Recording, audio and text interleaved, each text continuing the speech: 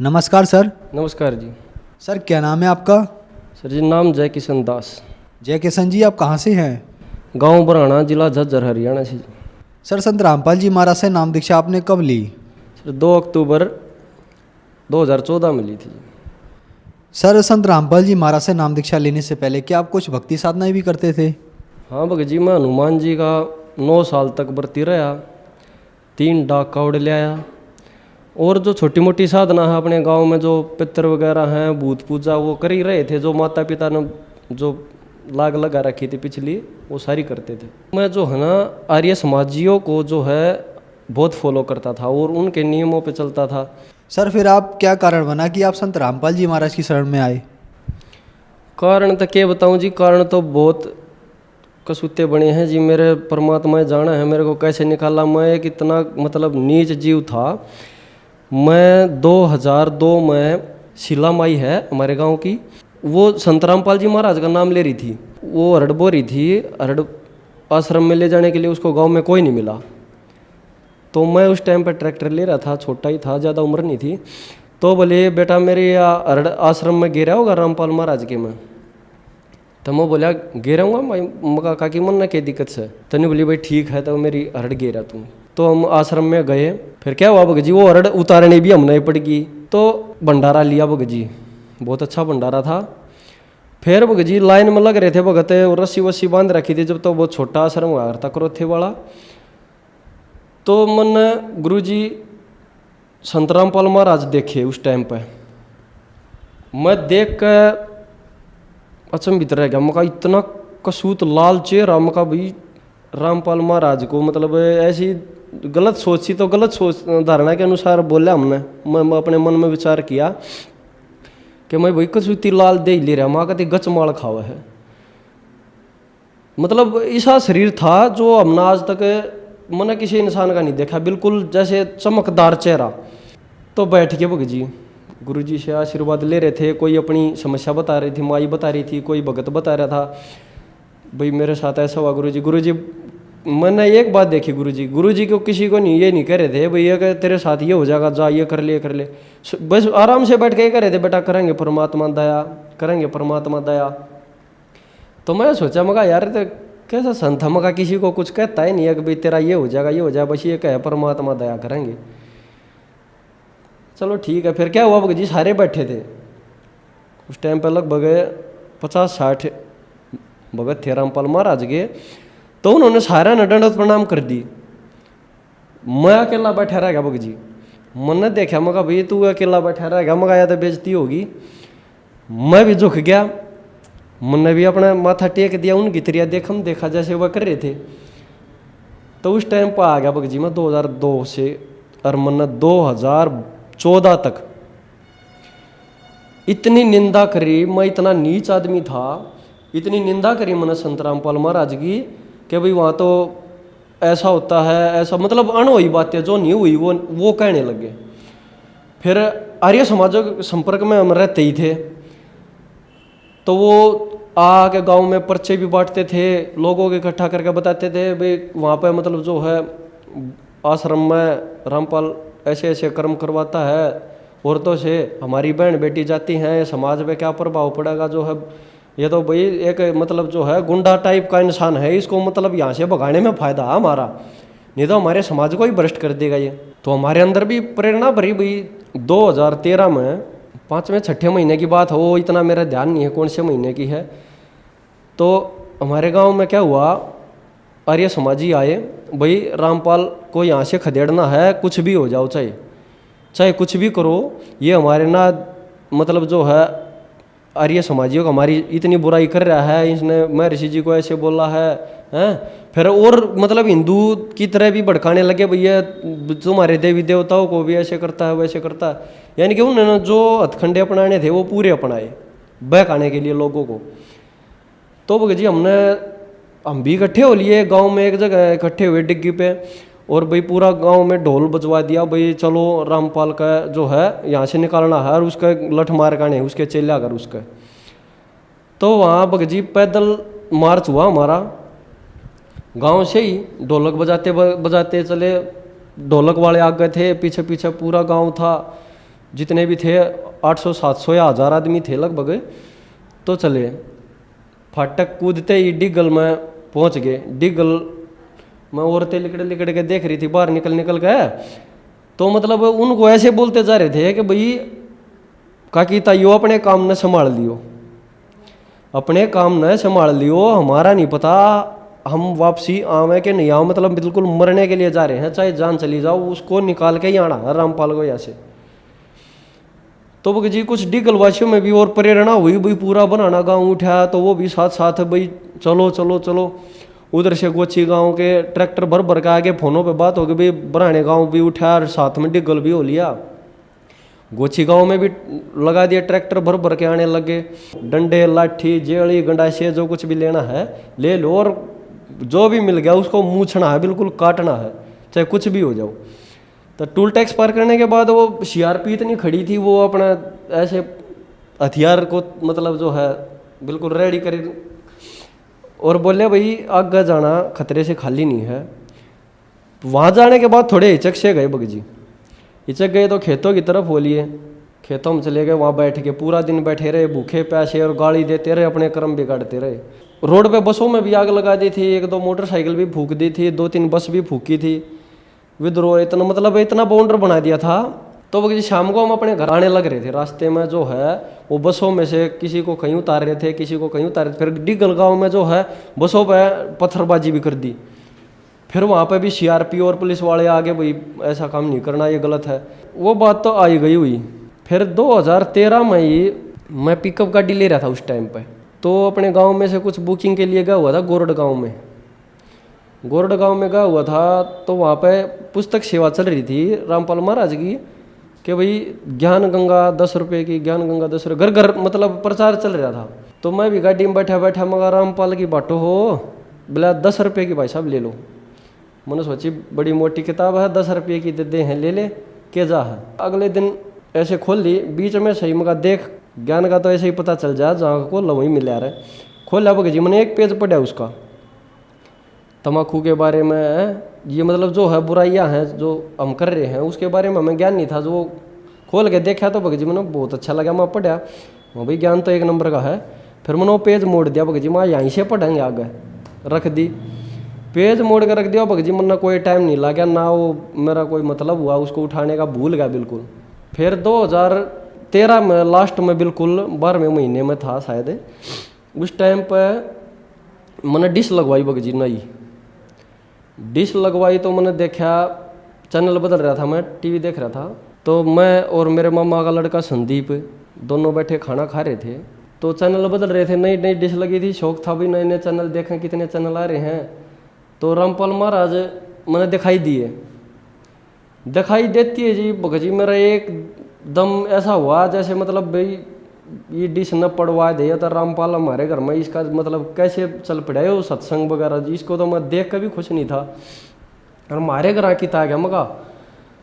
फिर बगजी मैंने सोचा अपने आप परमात्मा ने कोई प्रेरणा करी भीतर तय कि भाई सुनते ले दुनिया ने कैसे बेकार आई हो। उसका बगजी उस दिन मैंने टाइम देखा था, तो उस दिन 8:30 बज रहे थे।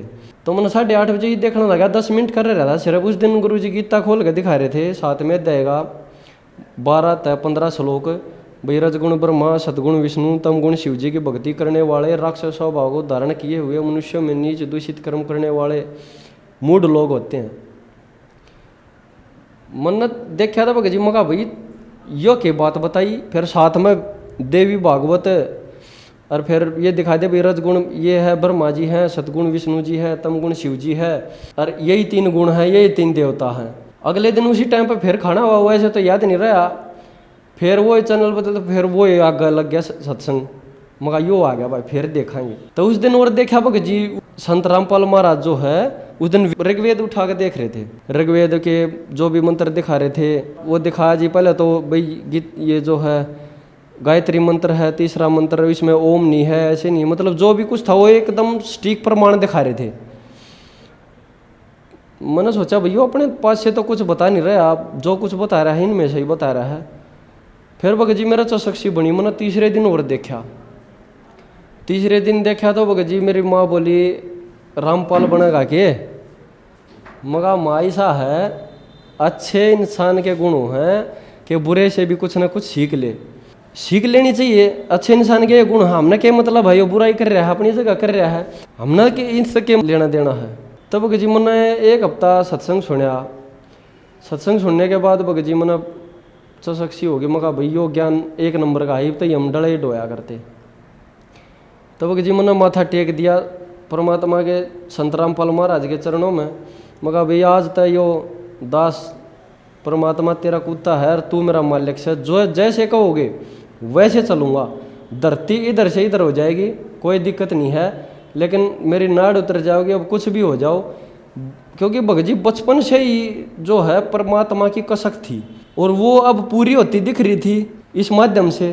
फिर माथा टेक कर बोल दिया कि भैया चाहे नाड़ उतरो चाहे कुछ भी हो जाओ मेरे साथ, अब मैं रामपाल महाराज का नाम लूँगा।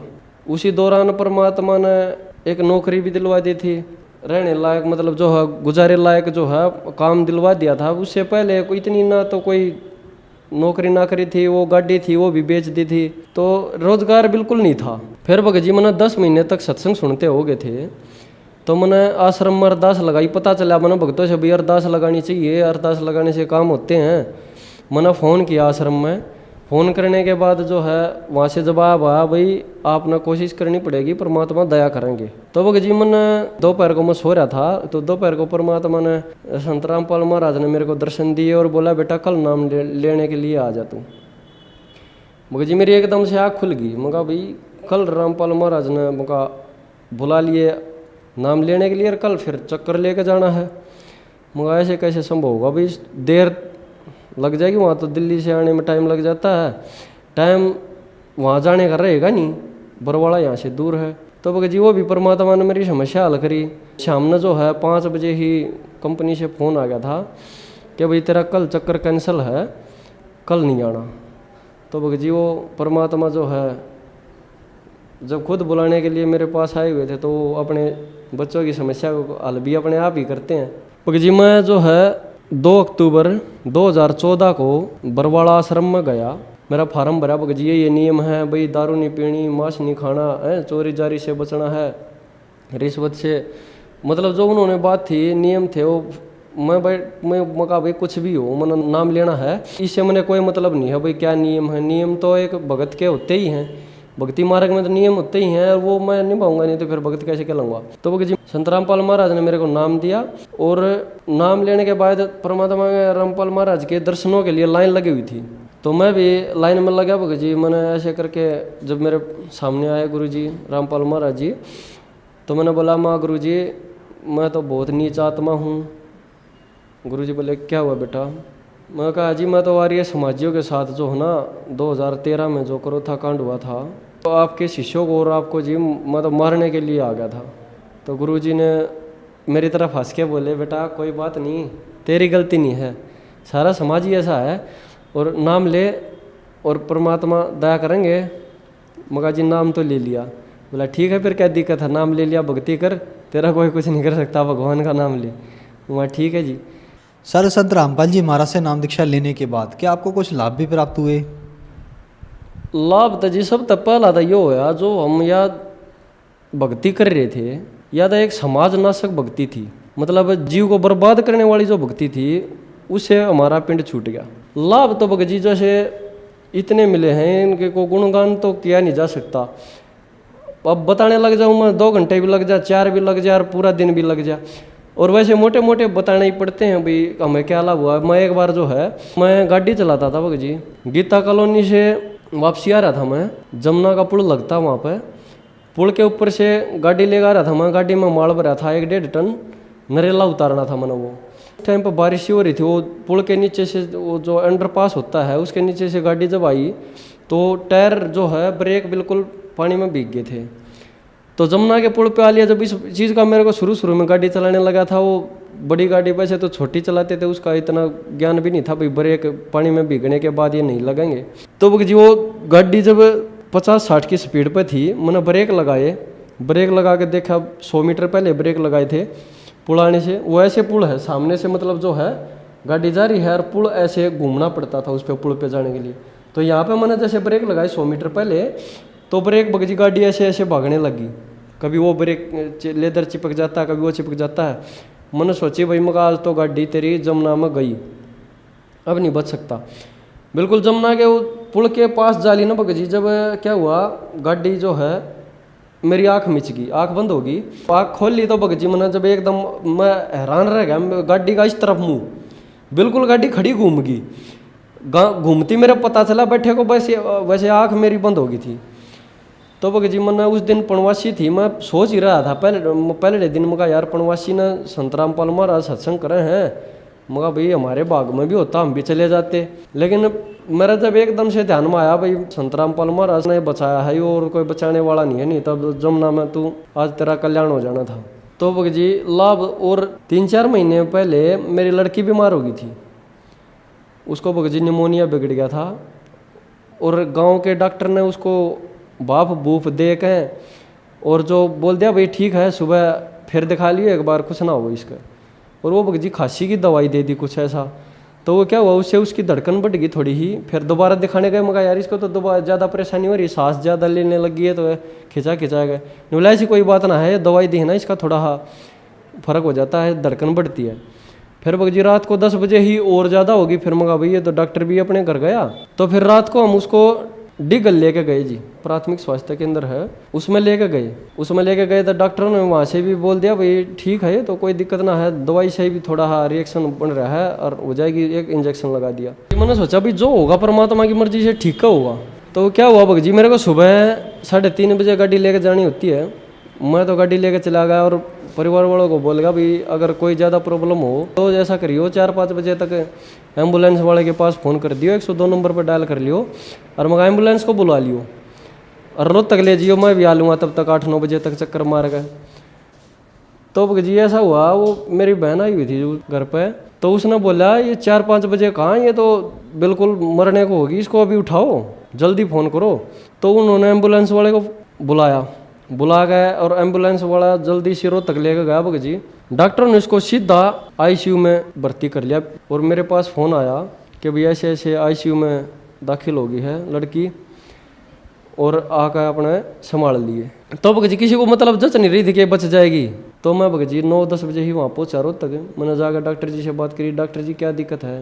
बोला भाई दिक्कत है तभी तो आईसीयू में ली है, वहाँ बच तो जाएगी ना।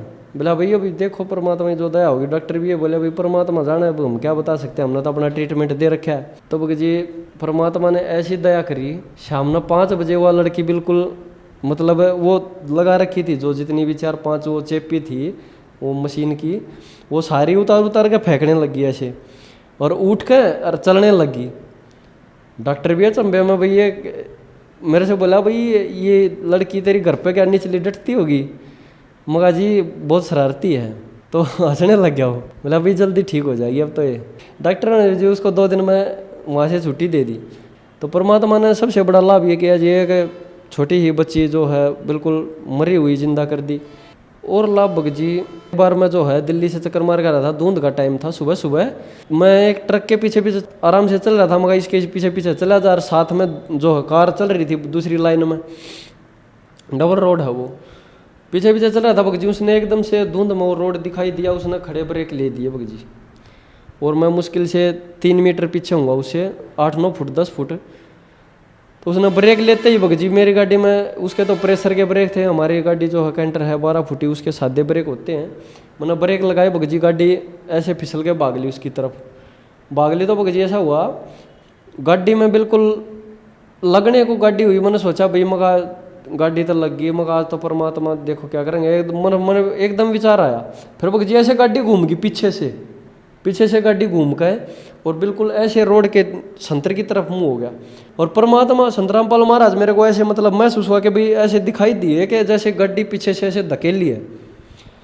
मैंने सोचा भाई मैं चलो नीचे उतर जाएगी तो ट्रैक्टर वगैरह से खिंचवा लेंगे, गाड़ी लगने से तो अच्छा ही है। लेकिन भगत जी रोड के किनारे पे जाके बिल्कुल गाड़ी रुक गई और वो जितनी भी बराबर वाली कार चल रही थी वो एक भी कार दिखाई नहीं दी, नहीं तो बराबर में लाइन लग रही थी, किसी कार के भी लग जाती घूम कर। लेकिन अचंभा माना भगत जी इस चीज़ का कि परमात्मा ने इतनी दया करी ना, तो वो को कार दिखाई दी और गाड़ी लगने से भी बच गई। उससे पहले क्या हुआ था भगत जी, लाल कुआं जगह है दिल्ली में, वहाँ पे गए हुए थे। एक रिक्शा वाले का रिम टूट गया था, बम्पर लग का ऐसे, वो आगे आगे चल रहा था, रोड में थोड़ी दचकी थी, तो वो उसने ब्रेक ले दिए, ब्रेक लगने के बाद वो बम्पर उस टायर पर टिका, वो टूट गया।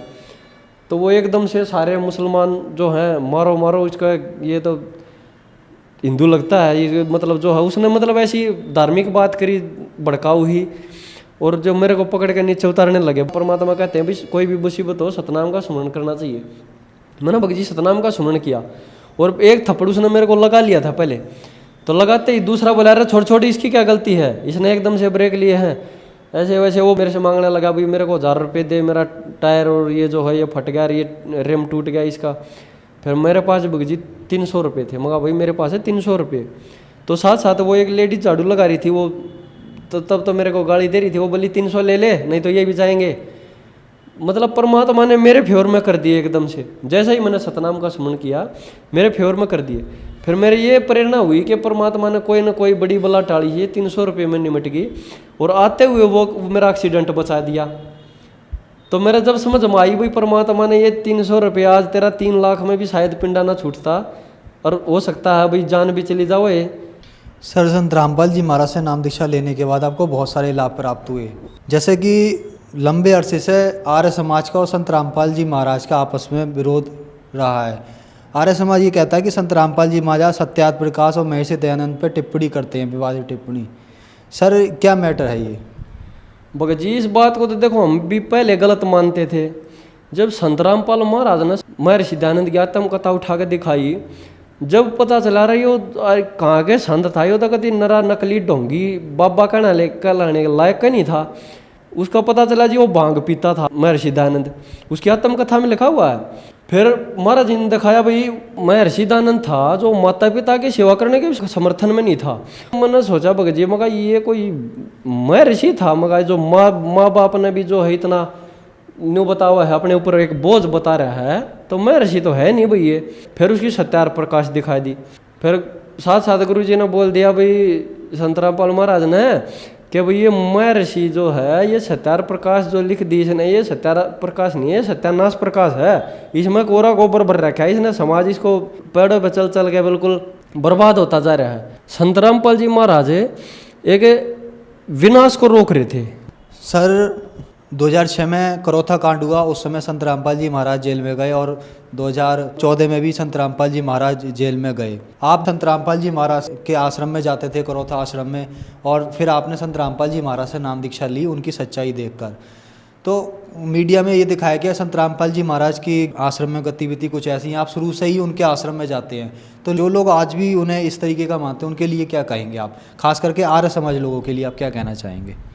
देखो सारा समाज जो है हमारे ही बहन भाई हैं, और कोई भ्रम में ना रहे कि भाई ये रामपाल महाराज एक आम इंसान है। ठीक है, मैं सभी भाइयों से, अपने बहनों से, अपनी माताओं को, काकी ताइयों से, सभी से हाथ जोड़ के निवेदन करता हूँ, प्रार्थना करता हूँ कि भाई आज तक जो हम ये साधना कर रहे थे और जो है महर्षि दयानंद जी के कई अनुसार चल रहे थे, वो कोई करने लायक साधना तो थी नहीं भाई। वो तो ठीक है जब तक ज्ञान नहीं होता किसी को, वो अनजाने में, जैसे छोटा बच्चा है वो सांप को भी पकड़ लेता है, बिजली के तार को भी पकड़ लेता है और मर जाता है, क्योंकि उसको ज्ञान नहीं है किसी चीज़ का। और संत रामपाल महाराज को आप एक ऐसी दृष्टि से देख रहे हो कि भाई वो तो एक अच्छा इंसान नहीं है। मैं भी ऐसे ही देखता था, आपका ही भाई हूँ, आपका ही बेटा हूँ।